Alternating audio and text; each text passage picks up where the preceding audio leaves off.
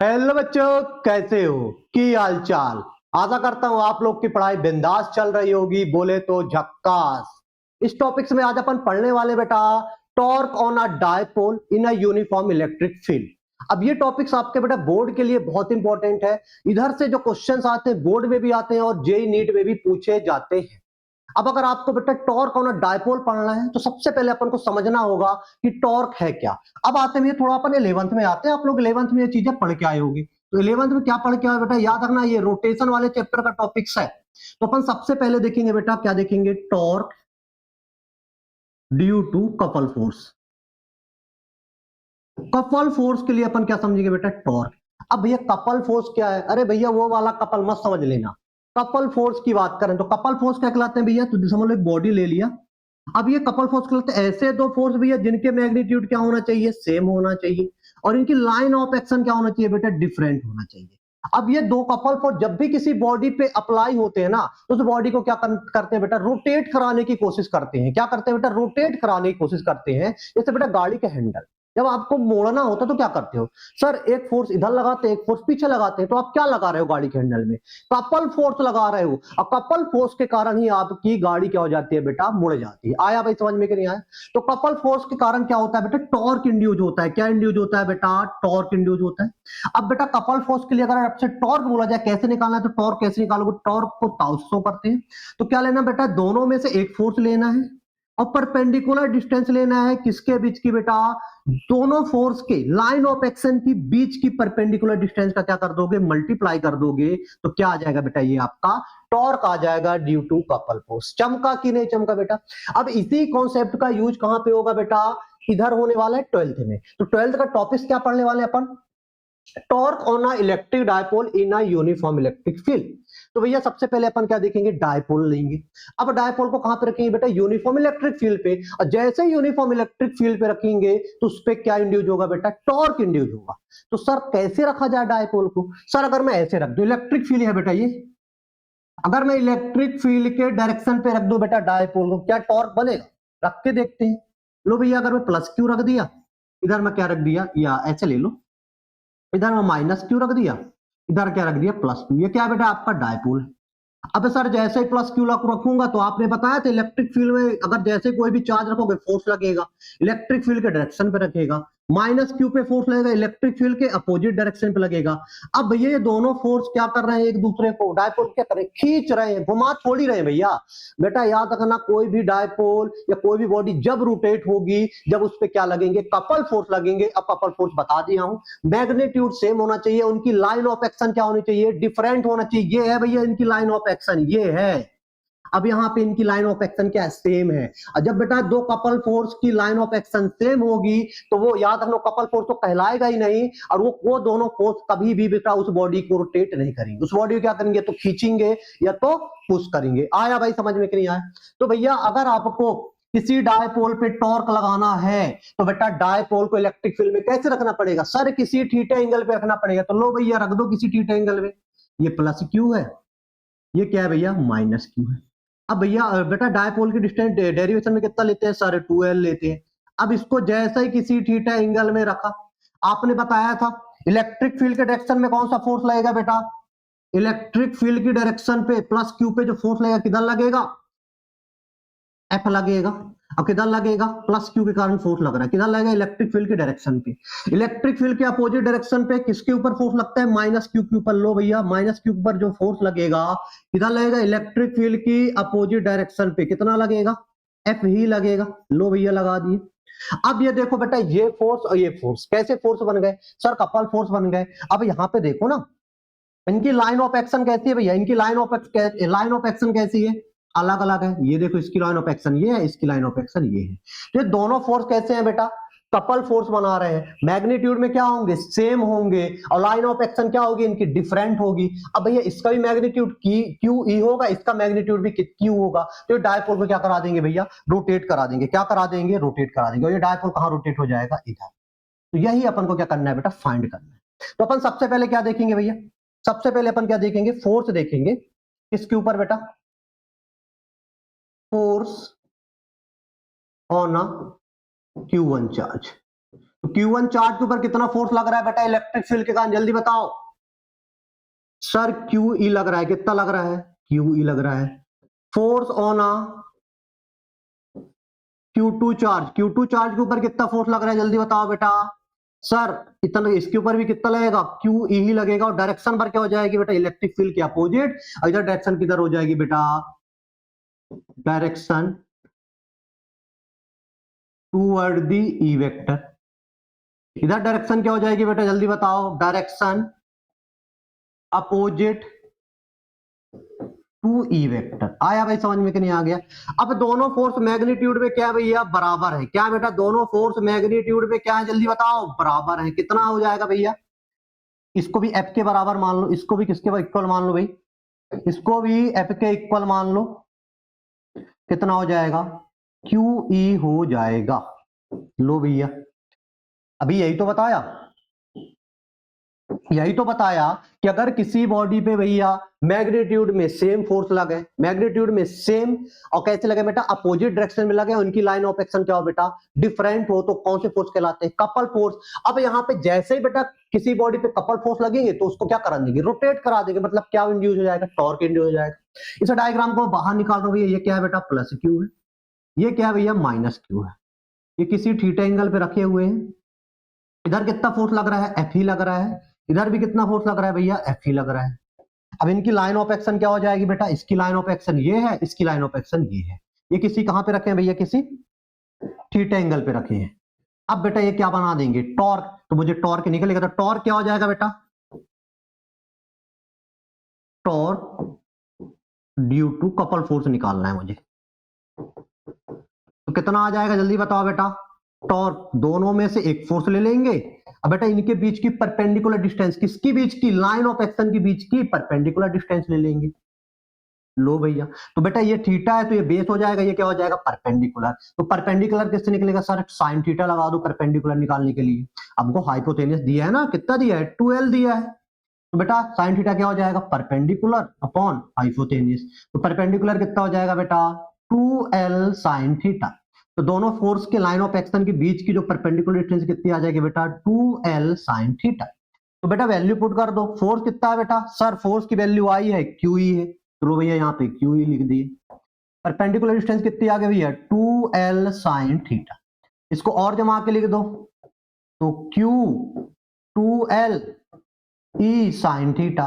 जल्दी बताओ बेटा ये क्या हो जाता है बेटा, डायपोल मोमेंट हो जाता है। क्या हो जाता है, Q इंटू 2L, दोनों में से एक चार्ज, इनके बीच की स्मॉलेस्ट डिस्टेंस क्या कहलाता है बेटा, डायपोल मोमेंट। तो फाइनल फार्मूला क्या हो जाएगा बेटा, PE साइन थीटा। तो आपका क्या आ गया बेटा, टॉर्क आ गया। किसके ऊपर लग रहा है बेटा, ये टॉर्क बेटा डायपोल पे रख रहा है। जब डायपोल को आप किसी थीटा एंगल पे रखोगे। आया भाई समझ में कि नहीं आया, चमका कि नहीं चमका। इसको वेक्टर फॉर्म में पूछ लिया जाता है बेटा, आपसे कई बार एग्जाम में पूछ लिया जाता है बेटा, वेक्टर फॉर्म में लिखो, इन वेक्टर फॉर्म। बेटा अभी टॉर्क क्या निकाला बेटा, किसी थीटा एंगल पे जब डायपोल को रखा जाएगा, सर PE साइन थीटा आपने निकाला। अब आपने वेक्टर में पढ़ा होगा भैया, A क्रॉस B क्या होता है, जल्दी बताओ। सर AB साइन थीटा होता है। तो याद रखो बेटा, ये टर्म्स किसके जैसे दिख रहा है बेटा, इसके जैसे लग रहा है। इसको वेक्टर फॉर्म में क्या लिखोगे, ताऊ vector P cross E vector. याद रखना ऐसे ही लिखना, E क्रॉस P कभी मत लिखना, डायरेक्शन चेंज हो जाएगी।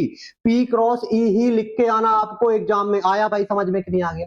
अब इसके कुछ स्पेशल केसेस देख ले भाई, स्पेशल केस देख ले।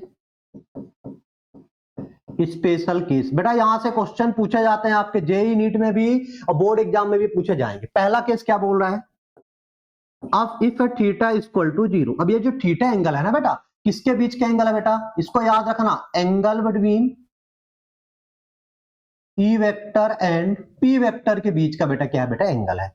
अगर बेटा थीटा बराबर 0 कर दो, पहला केस है ये, थीटा बराबर 0 डिग्री का मतलब बोलना चाह रहा है कि अगर भैया अगर मैं क्या करूं बेटा, यूनिफॉर्म इलेक्ट्रिक फील्ड में, ये समझ लो क्या बेटा, यूनिफॉर्म इलेक्ट्रिक फील्ड लाइन से। हाँ ये क्या बेटा, यूनिफॉर्म इलेक्ट्रिक फील्ड लाइन बना लिया। अगर मैं इसको डायपोल को कैसे रख दूं बेटा, थीटा बराबर 0 डिग्री, मतलब बेटा डायपोल को कैसे रख दिया जाए, in the direction of electric field. ये रख दिया बेटा, क्यू रख दिया, ये क्यू चार्ज है, ये प्लस क्यू चार्ज, ये क्या रख दिया बेटा, डायपोल रख दिया। अब जल्दी बताओ बेटा इसमें फोर्स किधर लगेगा, सर प्लस क्यू में जो फोर्स लगेगा इलेक्ट्रिक फील्ड की डायरेक्शन पे लगता है, माइनस क्यू पे जो फोर्स लगेगा इलेक्ट्रिक फील्ड के अपोजिट डायरेक्शन पे। अब ये डायपोल को क्या कर रहे हैं सर, खींच रहे हैं, घुमा थोड़ी रहे हैं। जब घुमा नहीं रहे तो टॉर्क कितना हो जाएगा, जीरो हो जाएगा। फार्मूले से भी देख लो ना बेटा, टॉर्क बराबर क्या होता है सर, पीई साइन थीटा की जगह क्या रख दोगे 0 डिग्री, तो कितना हो जाएगा साइन जीरो कितना होता है, 0 होता है। तो याद रखना बेटा, जब बेटा डायपोल को इलेक्ट्रिक फील्ड की डायरेक्शन पे रखोगे, मतलब थीटा बराबर 0 डिग्री रखोगे, देख लो ना पी वेक्टर किधर होगा, माइनस क्यू से पी वेक्टर भी तो इसी तरफ होगा, तो पी वेक्टर और इलेक्ट्रिक फील्ड के बीच का एंगल कितना है, 0 डिग्री है। तो जब बेटा डायपोल को इलेक्ट्रिक फील्ड के डायरेक्शन पे रखोगे तो घुमा टॉर्क भी 0 होगा, और डायपोल पे लगने वाला नेट फोर्स भी क्या होगा, 0 होगा। आया समझ में कि नहीं आया? मतलब यहाँ पे बेटा दोनों इक्विलिब्रियम में बनेंगी, रोटेशन इक्विलिब्रियम भी 0 है और ट्रांसलेशन इक्विलिब्रियम भी 0, मतलब पूरी बॉडी किस पे है, इक्विलिब्रियम कंडीशन पे। अब इक्विलिब्रियम दो टाइप के होते हैं बेटा, याद रखना, पेपर में पूछा जाता है किस इक्विलिब्रियम में बॉडी है। तो जब डायपोल को इलेक्ट्रिक फील्ड के डायरेक्शन पे रखोगे या थीटा बराबर 0 डिग्री पे रखोगे तो आपका डायपोल इक्विलिब्रियम कंडीशन पे आ जाएगा। अब किस इक्विलिब्रियम कंडीशन पे आएगा बेटा, अब वो एक या तो स्टेबल आएगा या तो अनस्टेबल। स्टेबल का मतलब होता है बेटा ऐसी, एक कटोरा ले लो, अगर कोई मैं कंचा ले लो, इस कंचे को यहां से छोड़ूंगा तो ये कंचा ऐसे करते करते करते करते वापस अपनी ओरिजिनल पोजीशन पे आ जाएगा। इसको क्या बोलोगे बेटा, स्टेबल इक्विलिब्रियम बोलोगे। क्या बोलोगे, स्टेबल इक्विलिब्रियम बोलोगे। अगर बेटा इस कटोरे को पलटा दो, अब यहां से अगर कोई कंचा छोड़ूंगा तो वापस आएगा, सर कतई नहीं आएगा, तो ये क्या हो जाएगा भैया, अनस्टेबल इक्विलिब्रियम। आया भाई समझ में कि नहीं आया? बिल्कुल आया सर।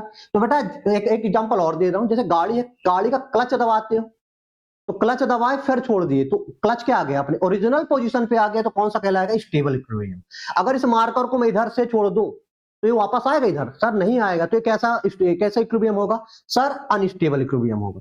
तो अब बेटा यहाँ पे मैं डायपोल को थोड़ा डिस्टर्ब कर रहा हूँ, ये डायपोल ऐसे रखा, इसको थोड़ा अगर मैं ऊपर लेकर जा रहा हूँ, अगर ये अपने वापस ओरिजिनल पोजीशन पे अपने आप आ जा रहा है तो कौन सी स्टेबल में होगा बेटा, ये कौन सी इक्विलिब्रियम में होगा, स्टेबल इक्विलिब्रियम। चलो ये इसको डिस्टर्ब किया, इसको प्लस क्यू के ऊपर थोड़ा हल्का थोड़ा डायपोल को ऊपर लेके आया। जैसे ही डायपोल को आप ऊपर लेके आओगे डायपोल में फोर्स इधर लगेगा और माइनस में कहां लगेगा, अपोजिट वेक्टर में, और ये क्या बना लेगा, टॉर्क बना लेगा। और जैसे ही टॉर्क लगेगा ये डायपोल को ऊपर लेकर जाओगे फिर वहीं के वहीं वापस आ जाएगा। तो आपका बेटा डायपोल किस में है बेटा, तो अपन क्या लिख देंगे, डायपोल किस कंडीशन में है, जल्दी बताओ। Dipole is a stable equilibrium. आया भाई समझ में कि नहीं आया?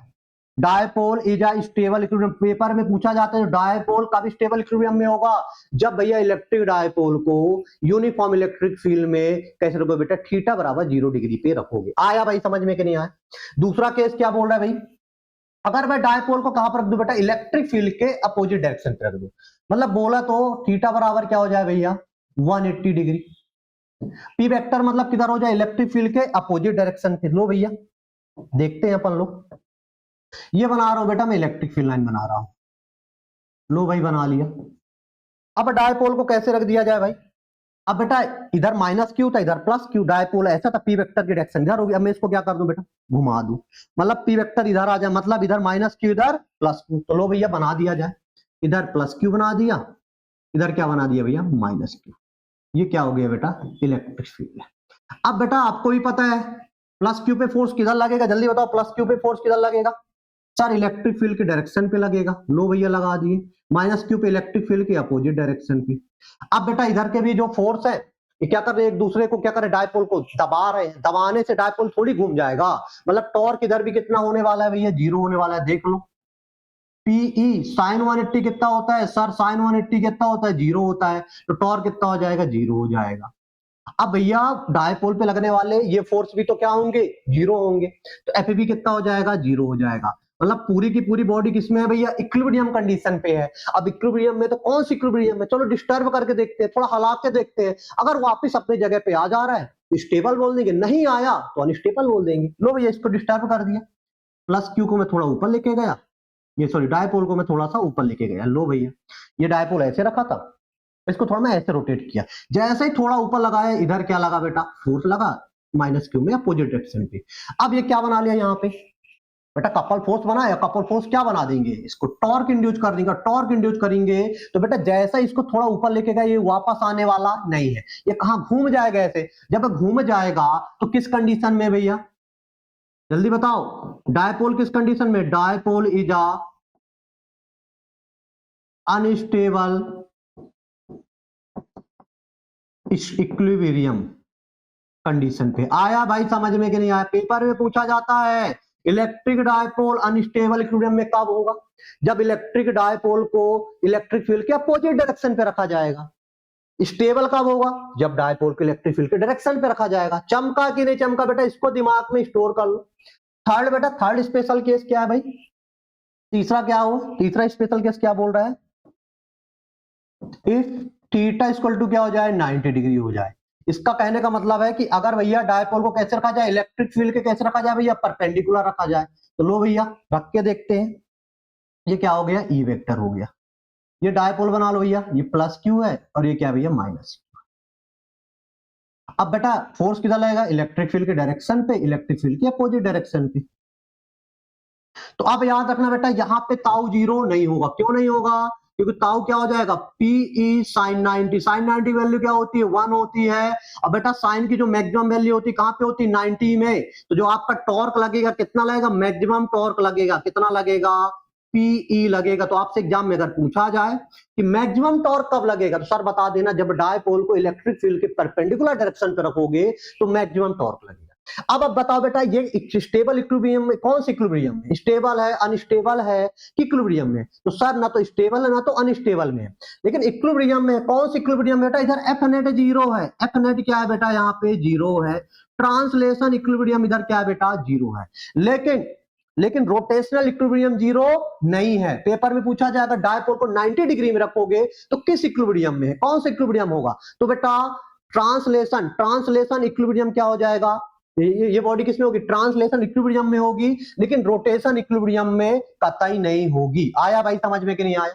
इसके बाद बेटा ये क्या हो गया, आपका टॉर्क हो गया। आया भाई समझ में कि नहीं, बेहतर तरीके से समझ में आया कि नहीं आया।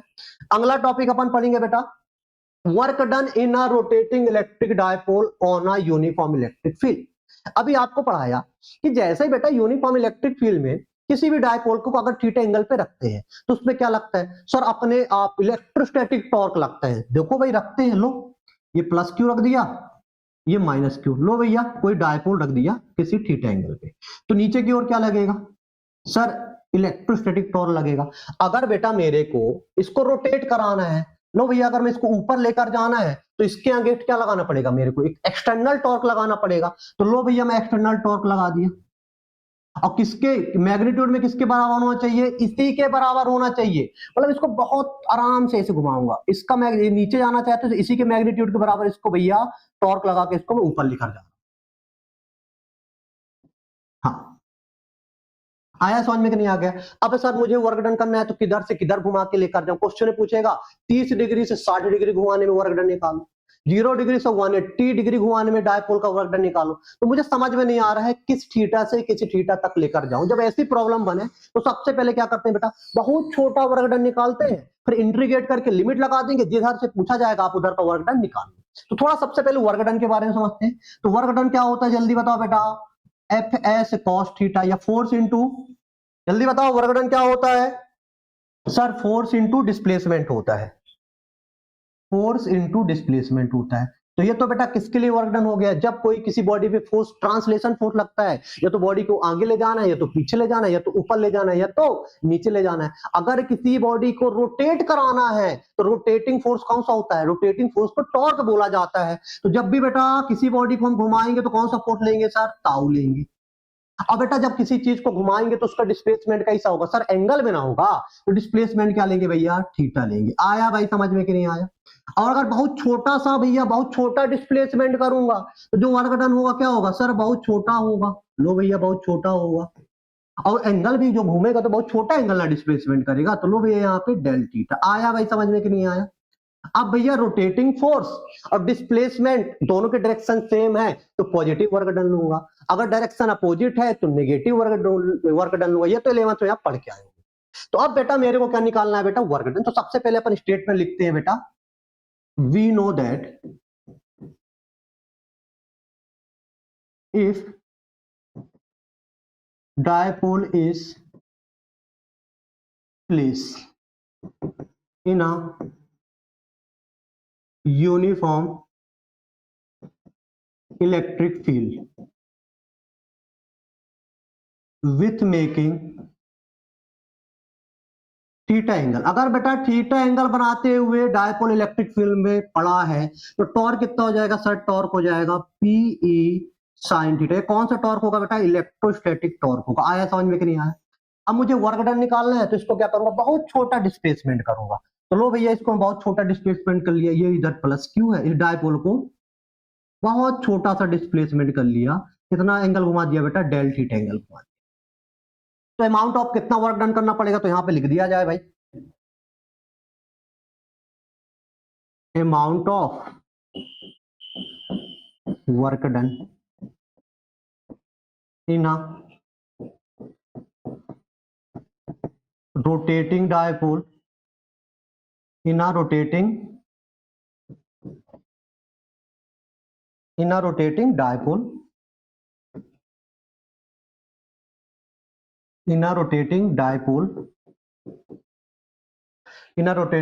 dipole ठीक है। तो कितना रोटेट किया हो बेटा? Del theta. तो वर्क डन कितना हो जाएगा? बहुत छोटा वर्क डन हो जाएगा। ताऊ और किससे रोटेट कर रहा हूं सर? एक्सटर्नल टॉर्क लगा के। तो लो भैया एक्सटर्नल टॉर्क लगा दिए। और बेटा इसका डिस्प्लेसमेंट भी क्या है? जहां पे टॉर्क लगाया, अगर एक्सटर्नल टॉर्क बेटा ऊपर की ओर लगा तो डिस्प्लेसमेंट भी कहां हो रहा है? ऊपर की ओर हो रहा है। तो यहाँ पे कैसा वर्क डन होगा सर? पॉजिटिव वर्क डन होगा। तो यहाँ पे आपको बताना पड़ेगा कि जो ताऊ एक्सटर्नल है बेटा, वेक्टर, दोनों कैसे हैं? पैरेलल है। किसके? डेल थीटा डिस्प्लेसमेंट के। तो दोनों जब क्या होंगे? पैरेलल होंगे तो थीटा बराबर कितना हो जाएगा? 0 डिग्री। अब बेटा दोनों के बीच का एंगल 0, तो वर्क डन कैसा हो जाएगा? पॉजिटिव हो जाएगा। अब ताऊ एक्सटर्नल की जो वैल्यू मैग्नीट्यूड में किसके बराबर है सर? ताऊ ई के। तो ताऊ ई कितना है सर? पीई साइन थीटा है। तो लो भैया ताऊ एक्सटर्नल कितना हो जाएगा? PE sine theta into del theta. तो ये तो अपना कौन सा वर्क डन आ गया भैया? बहुत छोटा वर्क डन आ गया। अब मुझे टोटल वर्क डन निकालना है, total amount of work done निकालना है। Total work done in rotating dipole. किधर से बेटा? किसी भी any theta, from theta 1 to theta 2 angle, किसी थीटा 1 से थीटा 2 एंगल तक रोटेट कराने में कितना वर्क डन करना पड़ेगा? तो क्या कर दो भैया? इंट्रीगेट कर दो। क्या कर दो? इंट्रीगेट कर दो। आया भाई समझ में कि नहीं आया? सर बिल्कुल समझ में आ गया। अब इंटीग्रेट कहां से करेंगे? थीटा 1 से थीटा 2। डेल डब्ल्यू का इंटीग्रेट क्या हो जाएगा? डब्ल्यू हो जाएगा।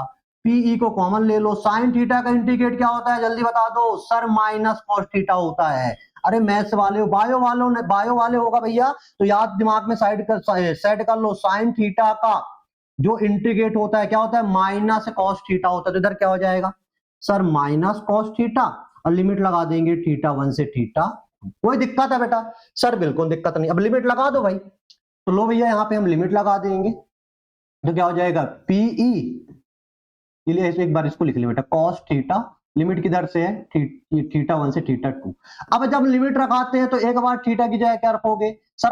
अपर लिमिट रखते हैं। अपर लिमिट कितनी है भैया? थीटा 2। फिर माइनस लगाते हैं।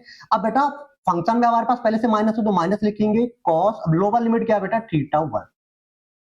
माइनस माइनस क्या हो जाएंगे सर? प्लस हो जाएगा। तो क्या हो जाएगा? Minus cos theta 2 minus minus plus cos theta 1। इसको बेटा जमा के लिख दो तो क्या हो जाएगा? PE cos theta 1 minus cos theta 2। ये आपका वर्क डन निकल के आ गया बेटा। अगर किसी डायपोल को आपको रोटेट कराना है, अब किधर से रोटेट कराना है? किसी भी थीटा 1 से थीटा 2 एंगल तक आपको रोटेट कराना है तो वर्क डन का फार्मूला हो जाएगा PE cos theta 1 minus cos theta 2। अभी बेटा आपको लास्ट में न्यूमेरिकल्स प्रॉब्लम कराऊंगा जो आपके जेई में भी आ चुके हैं, नीट में भी आ चुके हैं, और ऐसे एमसीक्यू आपके बोर्ड एग्जाम में भी पूछे जाएंगे। आया भाई समझ में कि नहीं आ गया? तो ये वर्क डन हो गया। किसको बेटा? डायपोल को रोटेट कराना। किधर बेटा? इलेक्ट्रिक फील्ड में। चमका कि नहीं चमका? अब भैया जब बेटा आपको डायपोल को किसी इलेक्ट्रिक फील्ड में रोटेट कराते हो, मतलब उसकी पोजीशन चेंज कर रहे हो। अब किसी की भी पोजीशन चेंज करो किसी फील्ड में, तो फील्ड में जब पोजीशन चेंज करो तो क्या करना पड़ेगा सर, वर्क डन करना पड़ेगा। और यही वर्क डन बेटा इस फॉर्म ऑफ एनर्जी स्टोर हो जाता है। कौन सी एनर्जी सर, पोटेंशियल एनर्जी 11वीं में पढ़े थे कि अगर ग्रेविटेशनल फील्ड में किसी भी मास की पोजीशन चेंज करोगे तो वर्क डन करना पड़ेगा।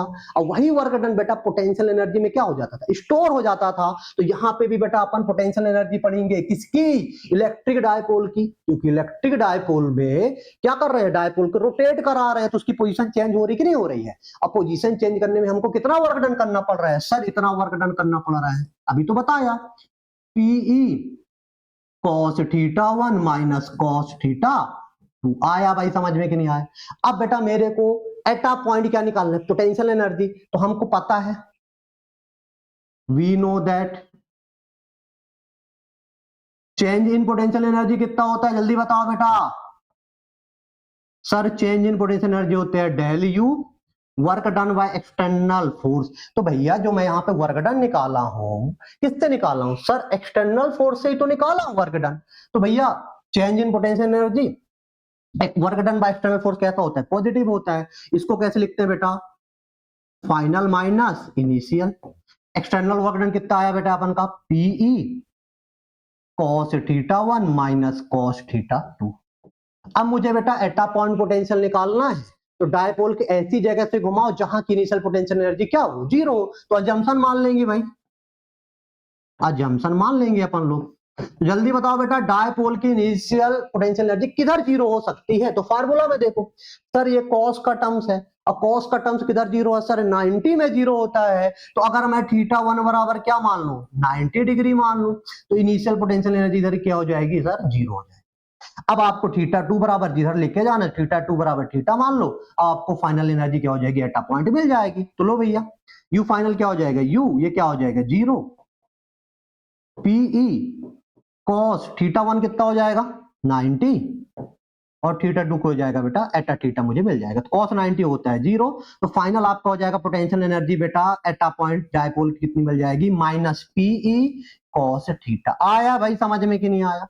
इसको दिमाग में सेट रखना। अगर आपसे बेटा डायपोल की पोटेंशियल एनर्जी पूछा जाए इलेक्ट्रिक फील्ड में किसी एटा थीटा एंगल पे, तो बेटा उस थीटा की वैल्यू रख दो, आपको पोटेंशियल एनर्जी मिल जाएगी। चमका कि नहीं चमका बेटा।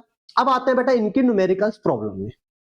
तो सबसे पहले न्यूमेरिकल्स प्रॉब्लम है। तो न्यूमेरिकल्स प्रॉब्लम के लिए थोड़ा सा आपको नोट बताया दे रहा हूं, क्या याद रखना। अगर आपसे टॉर्क पूछा जाए तो टॉर्क का फार्मूला क्या याद रखने का बेटा, डायपोल पे टॉर्क पूछा जाए तो क्या फार्मूला रहेगा, पीई साइन थीटा। जो थीटा है बेटा किसके किसके बीच का एंगल है बेटा, पी और ई के बीच का एंगल है। वर्क डन पूछा जाए तो क्या लगाओगे sir, PE cos theta 1 minus cos theta 2। Sir बिल्कुल लगा देंगे। अगर आपसे बेटा डायपोल की पोटेंशियल एनर्जी पूछा जाए तो माइनस पीई कॉस थीटा लगाने का। आया भाई समझ में कि नहीं आया। और पी कैसे निकालोगे सर, हमको पता है कोई भी डायपोल दिया रहेगा तो डायपोल के दोनों में से एक चार्ज, और बेटा उनके बीच की क्या ले लोगे बेटा, डिस्टेंस। अगर डायपोल के बीच के डिस्टेंस जो दिया रहेगा, एम दिया है तो क्या ले लोगे, एम ले लोगे। ये आपका क्या निकल आएगा, डायपोल मोमेंट। इलेक्ट्रिक फील्ड आपको क्वेश्चन पे गिवन रहेगा। तो आते हैं भैया सबसे पहले क्वेश्चन पे। तो सबसे पहला क्वेश्चन क्या बोल रहा है भाई, an electric dipole consist of two opposite charge each of magnitude 1 micro coulomb. लो भैया कोई क्या बेटा डायपोल है, कोई एक डायपोल है, उनका मैग्नीट्यूड कितना दिया बेटा, 1 माइक्रो कूलम। बोले तो 1 माइक्रो का मतलब क्या होता है सर, 10 की पावर -6 होता है। लो भैया क्यू की वैल्यू रख दी, separated by a distance of 2 centimetre. समझ लो भैया ये माइनस क्यू था, और ये कितना है बेटा, एक डायपोल है, बना लिया।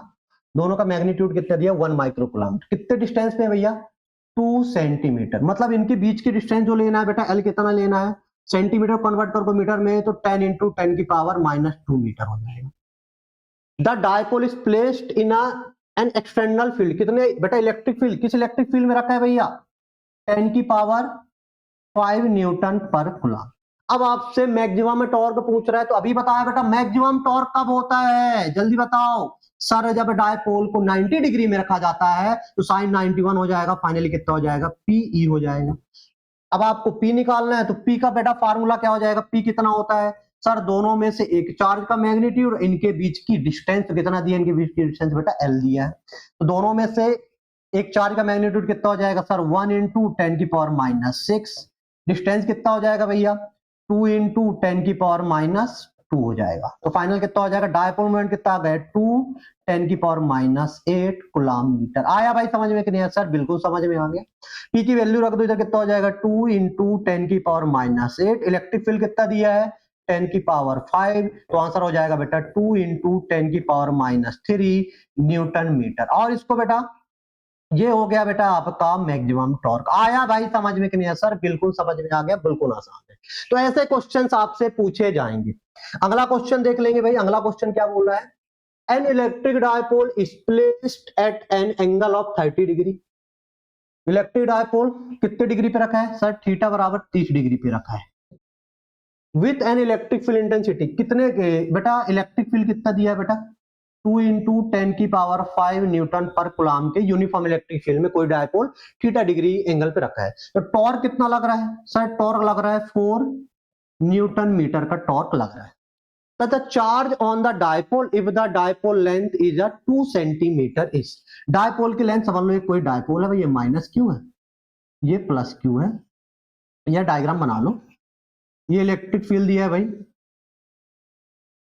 ये प्लस क्यू है और ये क्या है बेटा माइनस क्यू है। ये कितने डिग्री पे रखा है भाई 30 डिग्री पे रखा हुआ है। इसकी डिस्टेंस कितना दिया है भाई 2 सेंटीमीटर दिया। कितना दिया 2 सेंटीमीटर। तो फार्मूला लगा दो बेटा, टॉर्क का फार्मूला क्या होता है सर, पीई साइन थीटा होता है। अब मुझे चार्ज निकालना है तो जल्दी बताओ, डायपोल मोमेंट क्या हो जाएगा सर, दोनों में से एक चार्ज का मैग्नीट्यूड, इनके बीच की डिस्टेंस कितना दिया है भैया जल्दी बताओ 2 सेंटीमीटर। 2 को मीटर में कन्वर्ट करोगे कितना हो जाएगा -2। साइन इलेक्ट्रिक फील्ड की वैल्यू कितना दिया है सर 2 इंटू 10⁵ दिया है। साइन कितना दिया बेटा 30 दिया है। वैल्यू पुट कर दो। टॉर्क कितना दिया है सर 4 दिया है। तो Q into 2 into 10⁻⁻2 2 into 10⁵ sine 30 कितना होता है 1/2। 2 से 2 कैंसिल आउट हो जाएगा। फाइनल कितना हो जाएगा भैया 4 इंटू Q इंटू ये कितना हो जाएगा 2, ये कितना हो जाएगा 10⁻2 है, इधर 10⁻5 है, तो क्या हो जाएगा 10⁻3। अब आपको Q निकालना है तो 2 से 2 कैंसिल आउट हो जाएगा, कितना बचेगा 2। ये नीचे आएगा तो क्या हो जाएगा 10⁻3। ऊपर जाएगा तो कितना हो जाएगा 2 इंटू 10⁻3। तो फाइनल बेटा चार्ज की वैल्यू आ जाएगी 10⁻3 को क्या बोलते हैं मिली बोलते हैं, तो 2 मिली कूलम। आया भाई समझ में कि नहीं आया?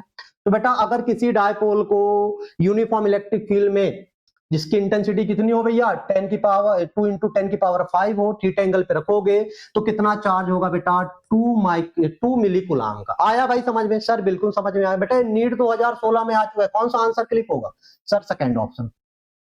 अगला क्वेश्चन देखते हैं भाई। An electric dipole moment is lying along the uniform electric field. The work done is rotating the dipole by 90 degree is। बोल रहा है कि भैया ये क्या बेटा यूनिफॉर्म इलेक्ट्रिक फील्ड है। अब डायपोल को किधर से रोटेट कर रहा है बेटा, ये डायपोल यहाँ पे रखा है भैया, ये ऐसे रखा है बेटा 0 डिग्री पे रखा है। कहां पे रखा है भैया 0 डिग्री, मतलब θ1 बराबर आपको कितना दिया है 0 डिग्री रखा है। अब इसको 0 डिग्री से कहां रोटेट कर रहा है सर 90 डिग्री में लेके आ गया। लो भैया इसको 90 डिग्री में लेके आ गया। अब 90 डिग्री में लेकर आया तो कितना वर्क डन करना, मतलब θ2 बराबर आपका कितना हो गया सर 90 डिग्री हो गया। अब वर्क डन निकालना है तो वर्क डन का फार्मूला क्या होता है पीई cos θ1 माइनस cos θ2। तो जल्दी बताओ बेटा cos θ1 कितना होगा, कमेंट बॉक्स में इसका आंसर लिख दो फटाफट। cos θ1 को तो आ जाएगा 0 डिग्री, cos θ2 कितना हो जाएगा 90 डिग्री। cos 0 क्या होता है सर 1 होता है, cos 90 क्या होता है 0 होता है। फाइनली आंसर वर्क डन कितना वर्क डन होगा बेटा पीई होगा। आपको 4 ऑप्शन में से एक ऑप्शन कौन सा क्लिक करना होगा भैया पीई। आया भाई समझ में? ये भी AIPMT 2006 में आया था, बहुत इजी क्वेश्चन। नीट में बेटा ऐसे ही क्वेश्चन पूछे जाते हैं, फार्मूला बेस्ड ही पूछे जाते हैं, बस आपको थोड़ा सा कॉन्सेप्ट पता होना चाहिए। अगला क्वेश्चन देखते हैं भाई। An electric dipole is rotating from stable equilibrium. अब बेटा याद रखो स्टेबल इक्विलिब्रियम कब होता है सर, जब डायपोल इलेक्ट्रिक फील्ड की डायरेक्शन में रखा हो। मतलब क्या बोला भैया θ1 बराबर क्या ले लेना है 0। Stable equilibrium to unstable equilibrium. Unstable क्या होता है जब डायपोल कहां पे आ जाए इलेक्ट्रिक फील्ड के अपोजिट डायरेक्शन पे। मतलब बोल रहा है कि भैया उसको 0 डिग्री से कितना घुमाया गया है 180 डिग्री घुमाया गया है। आया समझ में बेटा? ये कोडिंग याद रखना है दिमाग में। स्टेबल अनस्टेबल का मतलब, स्टेबल का मतलब डायपोल इलेक्ट्रिक फील्ड के डायरेक्शन पे, मतलब 0 डिग्री पे। अनस्टेबल का मतलब अपोजिट डायरेक्शन, मतलब थीटा बराबर 180 डिग्री। तो बोल रहा है डायपोल को 0 डिग्री से 180 डिग्री घुमाने में कितना वर्क डन करना पड़ेगा। तो लो भैया फार्मूला लगा लो, पीई कॉस थीटा 1 कितना दिया है 0 डिग्री, थीटा टू कितना दिया है 180 डिग्री। कॉस 0 1 होता है, कॉस 180 कितना होता है -1। कितना हो जाएगा पीई 1 माइनस माइनस प्लस। तो कितना वर्क डन लगेगा जल्दी बताओ बेटा, 2 पीई वर्क डन होगा। अगर बात बेटा आप किसी भी डायपोल को यूनिफॉर्म इलेक्ट्रिक फील्ड में स्टेबल इक्विलिब्रियम से अनस्टेबल इक्विलिब्रियम में घुमाओगे, रोटेट कराओगे, तो इतना वर्क डन करना पड़ेगा 2 पीई। आया भाई समझ में? ऐसे क्वेश्चन भी आपसे पूछे जा सकते हैं। लास्ट क्वेश्चन देख लो, an electric dipole is placed at a 120 degree. बेटा थीटा कितना दिया है 120 degree in a uniform electric field. समझ लो कोई बेटा यूनिफॉर्म इलेक्ट्रिक फील्ड है, लो भैया बना लिया। अब ये आपका डायपोल है, सॉरी ये आपका डायपोल कितनी डिग्री पे है भैया? सर डायपोल कितने डिग्री पे है? 120 डिग्री पे है। कितने डिग्री पे है? 120 डिग्री पे है। तो इसकी पोटेंशियल एनर्जी बताओ, जल्दी बताओ। पोटेंशियल एनर्जी का फार्मूला क्या होता है सर? पीई कॉस थीटा होता है। और थीटा कितना दिया है? 120 दिया है। कितना दिया है? कॉस 120। और कॉस 120 कितना होता है जल्दी बताओ बेटा? -1/2। तो सॉरी -1/2। तो माइनस माइनस क्या हो जाएगा? प्लस। फाइनल पोटेंशियल एनर्जी क्या हो जाएगी? Pe/2। तो अगर बेटा किसी डायपोल को थीटा बराबर 120 डिग्री पे रखोगे यूनिफॉर्म इलेक्ट्रिक फील्ड पे, तो जो उसकी पोटेंशियल एनर्जी होगी डायपोल की कितनी होगी सर? Pe/2 होगी। तो अगर बेटा आपको ये 3 कॉन्सेप्ट दिमाग में सेट है, ये 3 कॉन्सेप्ट आपको अगर दिमाग में सेट है बेटा, तो आपका यहां से क्वेश्चंस बन जाएगा। बस इतना याद रख लेना कि बेटा डायपोल का स्टेबल इक्विलिब्रियम कब होगा और अनस्टेबल कब होगा। यहां से क्वेश्चंस आपका कभी भी गलत कतई नहीं जाएगा। समझ में आया कि नहीं आया बेटा? तो अगर आपको ये लेक्चर बहुत शानदार लगा हो तो अपने दोस्तों को भी बताइए। अपनी पाठशाला फिजिक्स बाय दिग्विजय सर को बेटा सब्सक्राइब कीजिए। अगले अगले टॉपिक पे बेटा बहुत शानदार पढ़ाने वाला हूं। अगला टॉपिक होगा बेटा इलेक्ट्रिक फील्ड लाइंस पढ़ेंगे, उसकी प्रॉपर्टीज पढ़ेंगे, और बेटा चार्ज का डिस्ट्रीब्यूशन पढ़ेंगे। फिर इसके बाद किसमें आएंगे बेटा? फ्लक्स में। तो मिलते हैं भैया अगले लेक्चर से। जब तक के लिए ओके बाय। जय भारत, जय हिंद।